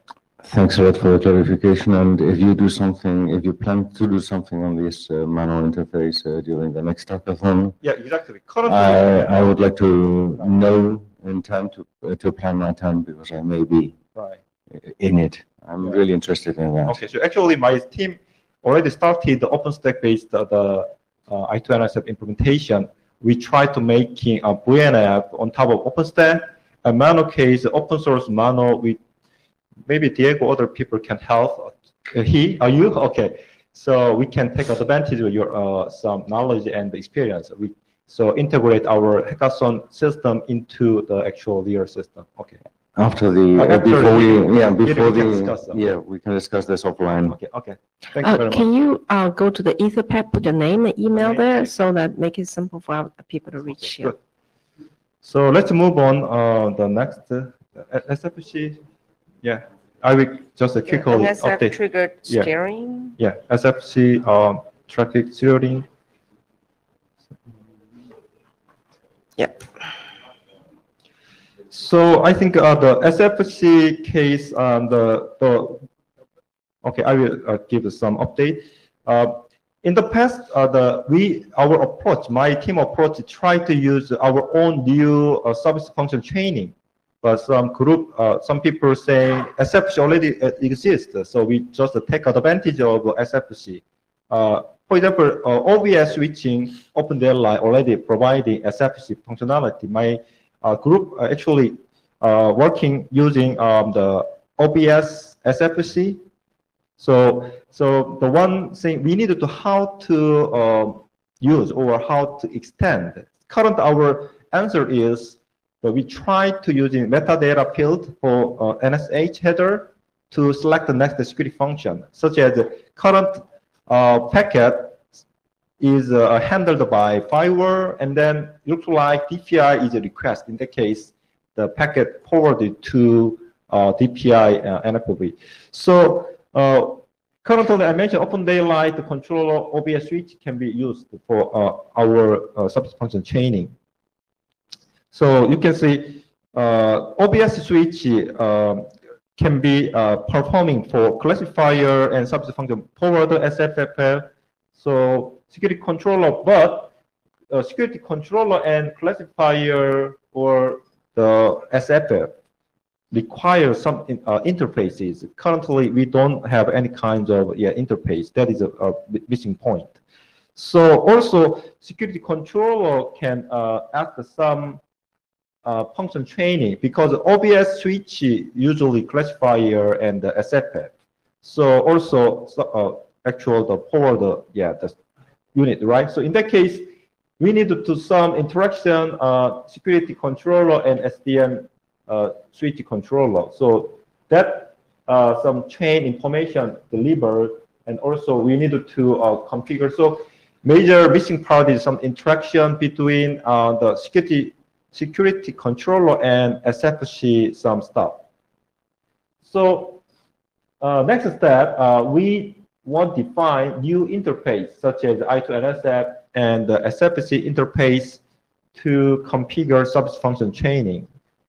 And also we design the information model, Yang model to specify, but I think this work is a secondary work. I understand our working group should be finish the data young model for 3 interfaces first. And then, but I believe actual service, I2NSF case, SF is still important. So we try to keep going, and then we get some input from our group, and then we can POC in hackathon.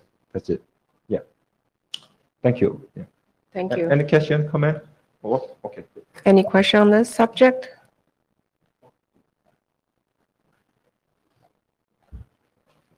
This is Yang Bo from China Mobile. Oh. A very basic question because this is my first time attend. So I noticed that you will define a SFC interface between the security controller and the SDN controller.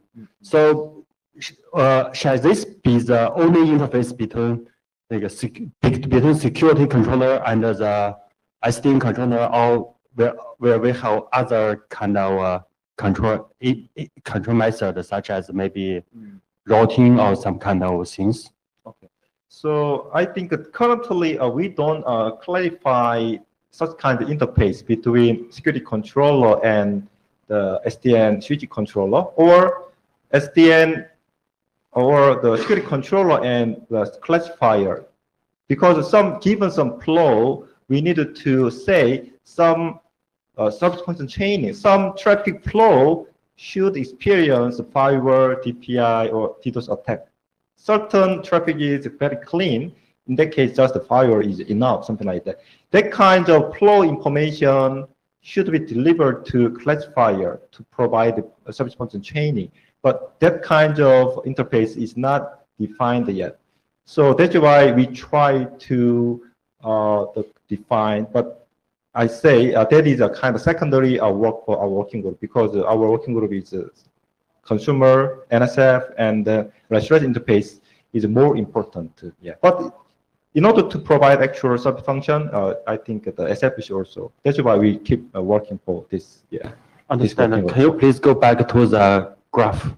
This one? Yes, exactly. Oh no, previously. Okay. Yeah, this actually, from my point of view, I do think that maybe the better way is to let SDN controller to decide whether it will need a service function chain or not. Okay. It's better than for the security controller to do this. Okay. It's only my own opinion. Actually, our working group case, SDN is optional, which means SDN can be used or not. So in this one is, actually SDN is not used, but if we are using SDN network, so security controller, SDN switch controller should interact. So we have 2 options. So from my suggestion is that we just separate them as different logic blocks, and it will be loose coupled. Okay. Okay. Thank you. Okay. Okay. Thank you. Yeah. Very much. Okay. Thank you. So the next one is the attestation is a subject. We'll have Diego and Frank talk about it. Okay, Frank Xia, Huawei. Firstly, thanks the chairman kindly give us this session to introduce remote attestation concept or this requirement in here. Because this is a problem, or this is a question raised in I2NSF several long time. We have some description in the I2NSF framework document that how to guarantee that the remote network security function is trustworthy. So this is also very urgent for the whole architecture. So here we bring a use case draft to describe the problem we have met. We want to get more discussion and more comments from people here. Okay, next page. Oh, let me, sorry. Okay, here in these slides, we will give a brief introduction and what is our motivation to have this kind of solution, and the overview of this draft. And the main content of this draft is that we have 2 use cases, or we call it 2 models that we need the remote attestation function to apply to them. And okay. And firstly, what is the remote attestation? This is a very general a very general answer or a very general explanation. So the security integrity attestation is to make a statement that the state of the assistant is considered to be good or to be trustworthy, or it is a malicious one. So we want to prove it or want to do the attestation on it. But currently there is no, there are some priority solutions from different vendors, but there's no standard solution in industry. So it makes this very useful functions cannot be widely applied in current network. And further, in addition to this basic question, we also what we face right now is in the cloud network or in some modern network such as visualized NFV scenarios. There are some additional questions when we want to do these remote attestation functions. I will talk later. And so still, this is a summary. So currently, for the remote attestation, we lack a proper protocol specification, and without it, it will lead the incapability among the different vendors, the different devices, and also what we face is that for the visualized network and multi vendors deployment their devices in the network and for the visualized network, there are different stakeholders there also. So it makes the scenario more complex to handle. So we want to talk about it. And the last one is scalability. You know, if we deploy the MFV network, a lot of network security function, visualized functions is deployed in the cloud or in the network. So there are, if we deploy the remote attestation, there will be a lot of message and to send or exchange it among the NSF and the attestation center or some many center. So the scalability will be a big problem. Okay, so actually I have said something. The multi-stakeholders problem is that for a cloud network, we have a cloud service provider, and we also have the cloud service customer, and we have the cloud service user, which means that, for example, the Amazon is the cloud service provider, and some enterprise is his customer. So they are the different stakeholders. They want to use remote attestation for different goal and in their scope. So it will result in that how to control the remote attestation area or its limit, or how to give a holistic view of its trustworthy status or state to the attest center. So there's a lot of across domain or across stakeholders problem. And another big problem is that actually there are some constraints among different stakeholders. One stakeholder can only get his information, he cannot get others, but they can cooperate together, maybe through some mechanism. So we must consider these constraints on how to get his information, how to do the remote attestation. Okay, and in this document, the use case draft, currently we only propose 2 use cases for the visualized network or NFV network. One is the decentralized mode, and another is the centralized mode. So like their name, they have different operation mode.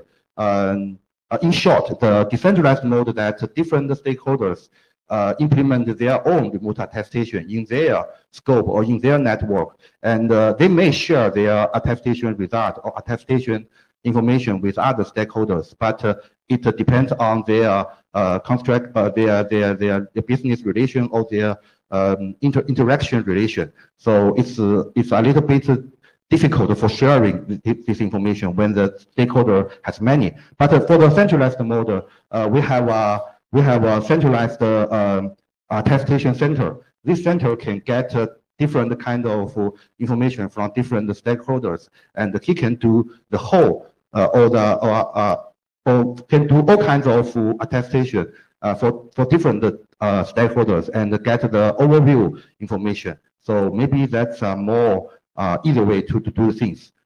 So the next page is about the relation.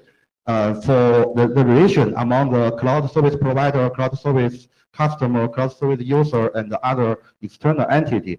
The relation between them. The relation between them. If we can see,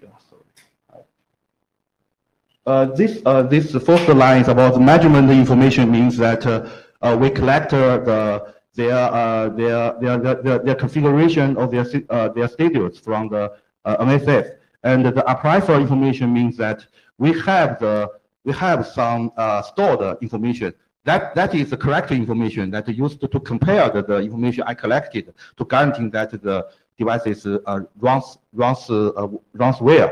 And the appraisal result means that okay, we're comparing these two results and we get that whether this function is work well or it's being attacked, and how to access this result. So there are different kinds of relation among different stakeholders. Okay.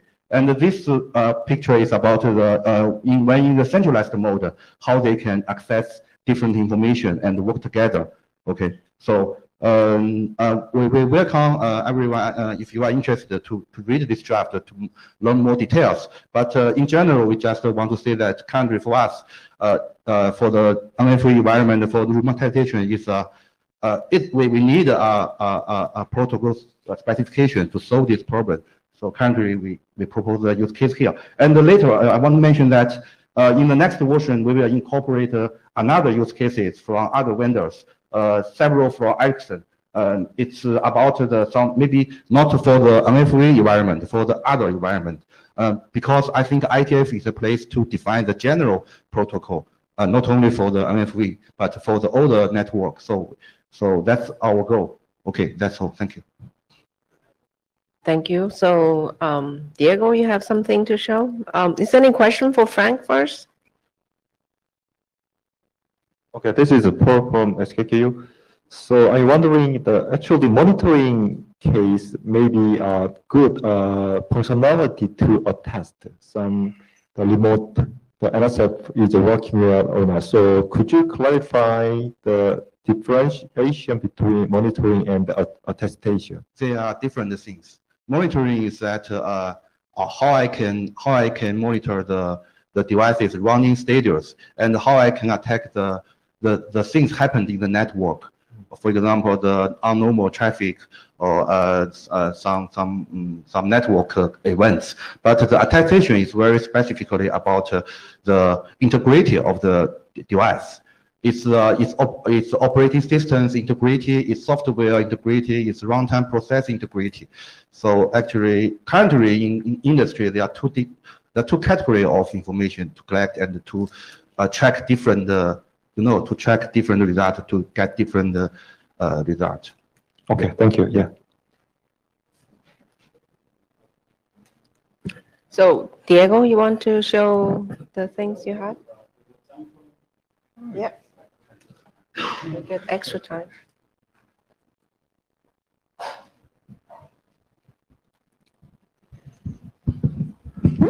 Whatever, I hope it would work. Basically, these are a few reflections on attestation. Why we are applying attestation in I2NSF funds. Well, some ideas on how we could evolve with attestation, whether inside the I2NSF or somewhere else.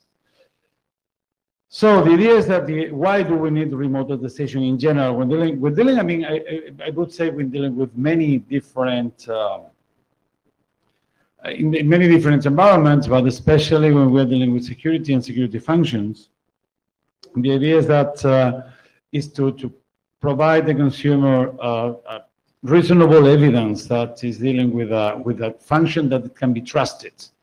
Since this is one of the bases of for security, and it's about create evidence from events. So in case that there is any problem, you can use it as an evidence that we're at the root of the problem of the security breach, or the attack or whatever happened. The idea is that, when we're talking about virtualized environments, as Frank was mentioning, or what Linda was showing when talking about the cloud, it has to do as well to detect in a remote way the alteration of the components that they're going to be used, because in those cases, the potential or the threat surface is much bigger because you don't have the physical access. In fact, something is precisely to mitigate the case in which this physical access happens in the case of virtualized, cloud-based, NFV-enabled, whatever you call it, SDN environments. In particular, in I2NSF from the beginning, we thought that while you can run or you must run at the station at the different components that you are using at the different platforms and functions on which that are running on the platform, the idea would be to rely on the security controller as the focal point for this attestation, though that would allow that the user would be able to deal with perform a mutual authentication with a well-known points. So it would be you would need only a trusted a root of trust for establishing the connection, and on the other hand, because the security controller, apart from orchestrating the security functions and making the translations of the customer facing function, etc., would act precisely as an orchestrator of the attestation procedure.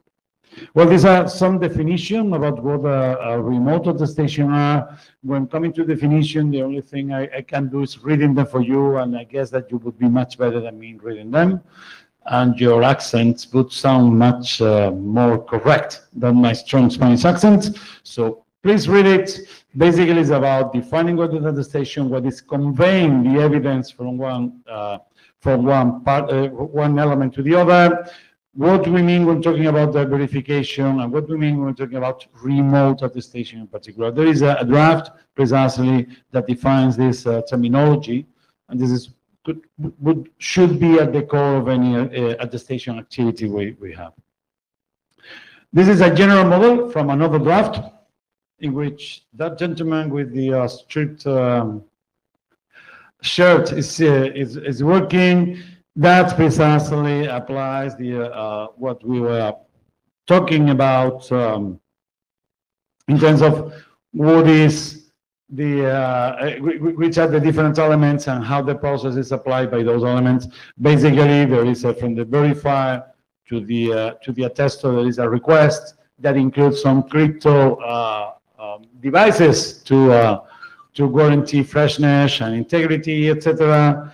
There is a collection of the integrity claims, and they are sent back to the verifier that makes the assesses the evidence. How this is performed at the attester, how you establish trust on the claims, and how these claims are verified by the verifier are part of the particular attestation framework. This is from a general draft that describes the general model. So when it comes to I2NSF, we have the famous 3 interfaces, though maybe if we start talking about manual and things like that, probably we'll end up with a few others.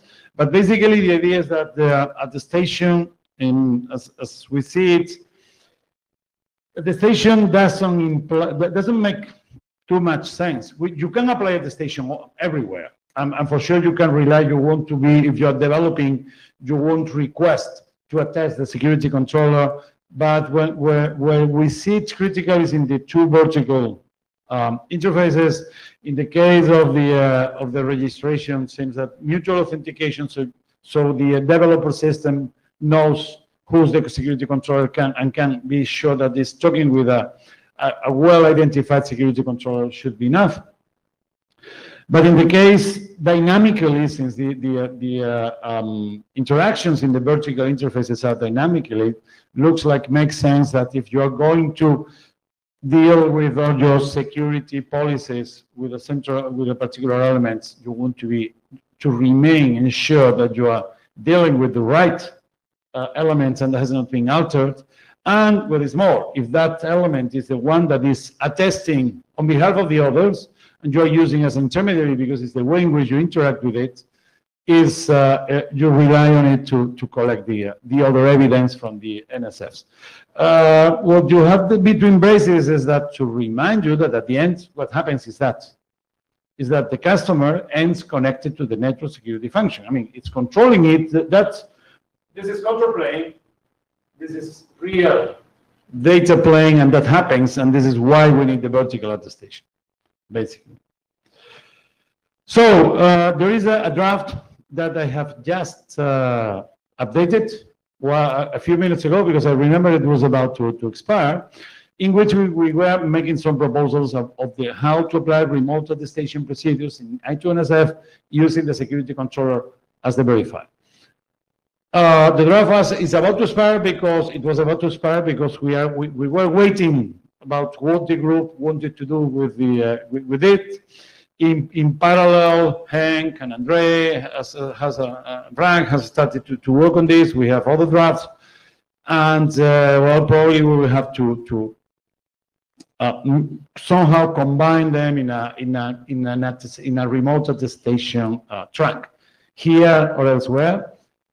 The idea, basically, as you can see, is that first of all, just as a summary, first the customer system goes for an attestation of the security controller, so it can be sure that it's talking with the right security controller. Then it can start requesting the security controller to forward attestation evidence from the different platforms, from the different network security functions that the controller knows. And the important thing is that what we propose here is not only the attestation, but create trusted channels. Trusted channels are connections. I mean, are connections. Think about IPsec, think about TLS, think about any secure connection that rely on the attestation results that have been verified for deriving the secure connection. So you can be reasonably sure, as usual, not completely sure, but reasonably sure that you're talking with the original and altered system that you requested at the beginning and that you verify told you that was in a correct state.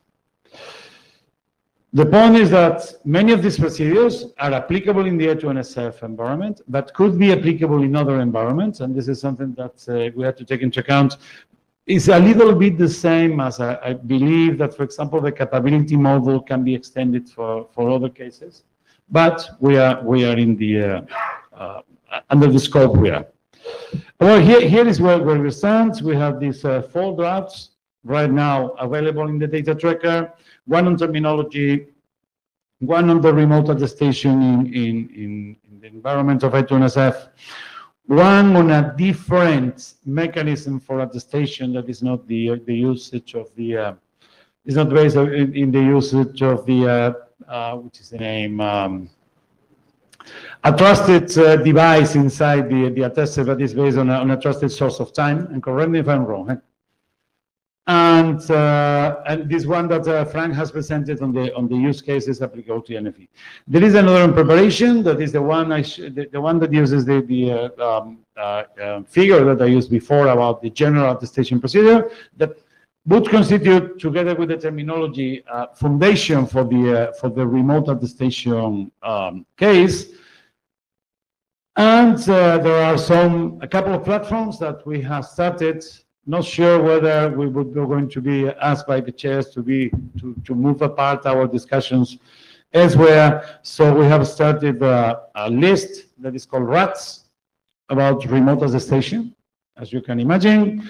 And there is this GitHub repository for documentation related to remote attestation. And well, finally, those who are part of the RATS pack believe that this is an essential matter for I2NSF, which have implications well beyond the working group, but we can establish the foundations here. That's all. I mean, this is just, it was precisely to open the discussion, to know what the group thinks about this idea, whether we should progress. I am my personal interpretation in the scope is that we are within scope, but maybe we need to fiddle a little bit with the scope to make everything, or whether you think that we should go elsewhere, take our baggage and go a pilgrimage from group to group, or does the security AD just asking for a place for the rats? That's all. Thank you. Okay, yeah, you'll note that in this session we don't have an AD, which is kind of strange because there are currently 3 ADs and yet all of them went to TLS. Okay. That's yeah. This is it. This is it. Not being the popular one in the class. That is. Maybe another interpretation. We're doing so well, so they Exactly that they trust us. Yes. Whatever. So, any questions for Diego's talk? So this is Paul from SKKU. I think attestation is very important, but my one concern is this more like related to intelligence in the security. So I'm wondering if the vendor can release their actual proprietary there's a method to the open society. So that is my first concern. Diego, you come up with some actual some attestation, some proprietary, some protocol or something, and then you can probably working group can work. But currently, my concern is like that. Well, the attestation mechanisms I'm aware of for sure. I mean, they have to rely somehow on things that are physical at the end. But there are, well, on the one hand, currently there are these TPMs and the enclaves and the HSM, which is the technology. They are open. I mean, they're open standards. So you rely on open standards that are implemented by vendors. So that would be right. This is, I mean, for the kind of attestation we are used to. It is the base of a trusted module. That there are. I mean, I'm aware at least of the Tura proposal that uses a trusted source of time. Hank can tell you about the details, and which is different in that sense. And I am aware of people that are working on other kind of digital signature. Well, evidence that can be derived from the behavior of physical systems. They are not standardized as far as I can tell, but probably we could even experiment with this. When it refers to this, it's something that can be, I mean, it's something that I think we can deal with as long as we request, for sure, we have to require that there was a trusted source of something in which you can base your the evidence. But Thank you. I do have a question. For this remote attestation, are you expecting it to be done offline, or is it something dynamically you have to ask the other party to validate certain things? or should be dynamic. It's Dynamic? a validation. Basically, I mean, think about your booting. You're connecting you are doing your connection from your client to the security controller, and then you get certain you request the evidence, you get the evidence, and you send it to the verifier. That normally, I mean, in some tests that we have done, normally may take 4 or 5 seconds. If you're at the beginning of the session with your corporate VPNs, should be enough, should be reasonable. And if you want periodic attestations from time to time, you may feel some hiccup in your connection. Well, that depends. It's a matter, something that we did in the group and working with Andre, for example, some time ago, was defining a set of level of assurance. So depending on how important is for you the attestation, you can go to level of assurance 0 or go to level of assurance, remember the maximum was 6. The 6 was purely paranoid, even not using technology that's not even available, but that we could think about. So you can request that. But I would say that in general, it's something that is reasonable in terms of human interactions with the machine. So another question, when you say attestation, I saw you try to verify the controller.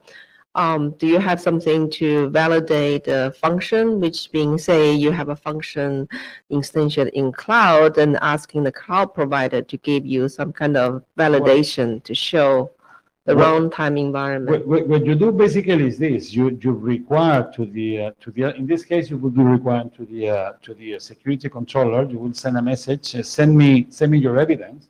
Security controller, what could have the claims already stored as long as they are fresh enough, will calculate them, build the reply, send the reply to the system, and then that depends on the system whether you decide to run your own verification or you rely on a third party that you trust. In principle, normally in a normal environment, what you have is one verifier that is external because it's more efficient to have that. If you have a top paranoid environment, you verify yourself. Okay, sorry. Sorry. Yeah, hi, this is Hank at the mic. A few comments. Just attestation in general has this concept of freshness. So evidence that is basically a day old doesn't help you. So if you can replay evidence that's not about the current state of trustfulness, but from maybe another system, and then identity comes in again. So it has to be from that specific system entity, and it has to be fresh. So these are typically requirements of remote attestation procedures, and the protocols try to somehow prove freshness, convey evidence in the way that it is, you can see that it is fresh, and it is from that specific system entity. So these are I think, the basic fundamental things here. And that is, for example, to prove that it is from a specific thing, then we are going beyond the scope of a protocol. Diego said HSM a lot of times now, the hardware security model inside a component, which is a little bit unusual for the IETF because it is a characteristic, it is outside of the protocol, but it is, you need that shielded secret basically to create evidence that is useful then as payload inside the protocol. So we have a little bit a dependency that is beyond a protocol definition here. That is the only real new thing that everybody has to wrap their minds around a little bit here at the IETF. Also have to highlight that there is, of course, other standardization bodies, which of course first comes to mind is the trusted computing group who builds HSMs that can include shielded secrets, for example, and they are also working on attestation procedures and frameworks, but they are not interested to build all the protocols, but they are more about the things that you need to create the evidence. So this goes a little bit hand in hand. I don't think that the IETF is very concerned about operations on HSMs inside a system. They're probably more concerned about the actual conveyance of evidence, the architecture in an I2NSF structure, for example. So I think reaching out to them and then maybe have a aligned terminology, which basically the attestation terminology is about. One of the authors is a member of the TCG, and that's Monty Weisman from General Electric's Global Research. And he's basically the guy who is in charge of the glossary over there in the Trusted Computing Group. So we're trying to align in terms, so we speak about the same things.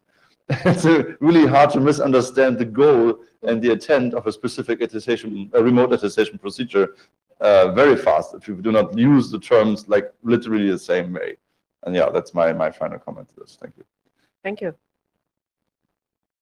So in terms of relevance to I2NSF, are you anticipating to define the model for the exchange? Like you showed this picture of the attester and the requester. Is that something? The idea, I mean, the idea I have in mind is precisely when we have finished this general model, I would like to make a rewriting of the draft Pastor to precisely to put it in the same terms as we have the general model. So at that moment we will have a general model for attestation on the one hand plus the terminology that probably could be combined. Okay. And then we would have that general model plus another document that would describe how to apply the general model in the I2NSF environment. Okay. That's basically, and then we have to deal with the use cases because this is something that we have to feed somewhere. But this is something that we have to sort out with Andre. Thank you. Okay. So I have one question. So what is the plan for draft Burkhalt's attestation terminology? Because that doesn't sound like it's specific for I2NSF. Maybe we're a big consumer, but yeah, it's more generic. The same that for the general, for the Right. reference model is Yeah. legal as well. I think you're absolutely right. Even the time-based unidirectional attestation is not specific to I2NSF. These are all protocols, and Diego's draft maps them through the I2NSF architecture explicitly. The use cases that are presented by Frank and Andre, who is on the remote screen, by the way, Andre Ryan. They're also not very specific to I2NSF, but to virtual components. Of course, they're then interesting to I2NSF, but they're also not I2NSF specific. So we have a little bit of a mismatch here, impedance mismatch about where we place this stuff. But I2NSF is the only place that's really interested in doing it and implementing it as a protocol, as a variety, as a bouquet of protocols, maybe that is customer specific, or so it's consumer facing, or if it's NFS facing, or it's in vertical, or in which vertical part. So we have specific solutions that we can choose from, and therefore I think it is still okay to do it here. But you're right, the attestation terminology draft is basically highlighting this is beyond the I2NSF domain. Especially because we're pulling in stuff from TCG and a global platform there. So it is not associated with I2NSF. It is an individual draft. Okay, so I would suggest that you go to sec dispatch to find a home for I these, was talking to Roman about that. But then again, I think, how do you flock? So what is going where and why? And I don't want to clog this working group with half of it is just attestation and nobody's interested in this, so to speak. But I think a lot of people are at the moment interested here. And as an intermediate solution, I think talking here is nice, really nice, because a lot of people are interested here. And talking to Roman, of course, seems to be mandatory, yes. Right. Okay. Anything else? Thank you very much. Blue sheet. Where is the Yeah. blue sheet? Has everyone signed the blue sheet? No, not me. Well, then you all should. Anything for open mic? If not, then we'll see you all in Montreal. Montreal, right? Montreal, yes. Yeah. Hopefully. Somewhere. Yeah.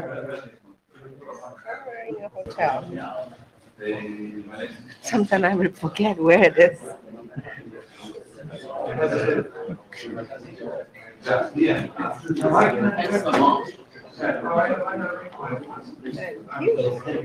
Good. Hopefully we can get data model finished, and then our working group is done. Yeah.